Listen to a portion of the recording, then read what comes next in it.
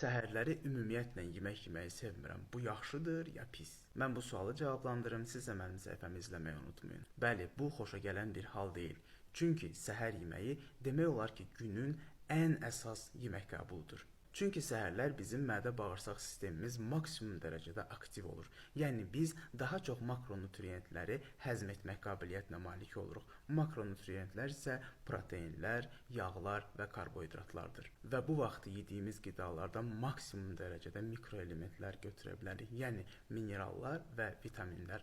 Onların bədənimiz tərəfindən mənimsənmə prosesi həm sürətlənir, həm də ki, keyfiyyəti artır. Bununla belə əgər səhər yeməyini yemirsinizsə, deməli ya günorta, ya da axşam səhər yeməyinin əvəzinə daha çox yemək yeyəcəksiniz. Çox vaxtı bu günortalar deyil də, məhz axşamlar olur. Mənə ünvanlanan sualların içərisində gecə acanda nə yeyim sualları var.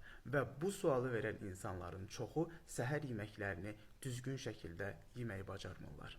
Dediyim kimi, bu faktorlar əsasında axşam vaxtı çox vaxt insan lazımından daha çox yemək qəbul etdiyi üçün məhz axşam yeməyindən sonra köp, mədədə ağırlıq və başqa mədə-bağırsaq problemləri yaşayır.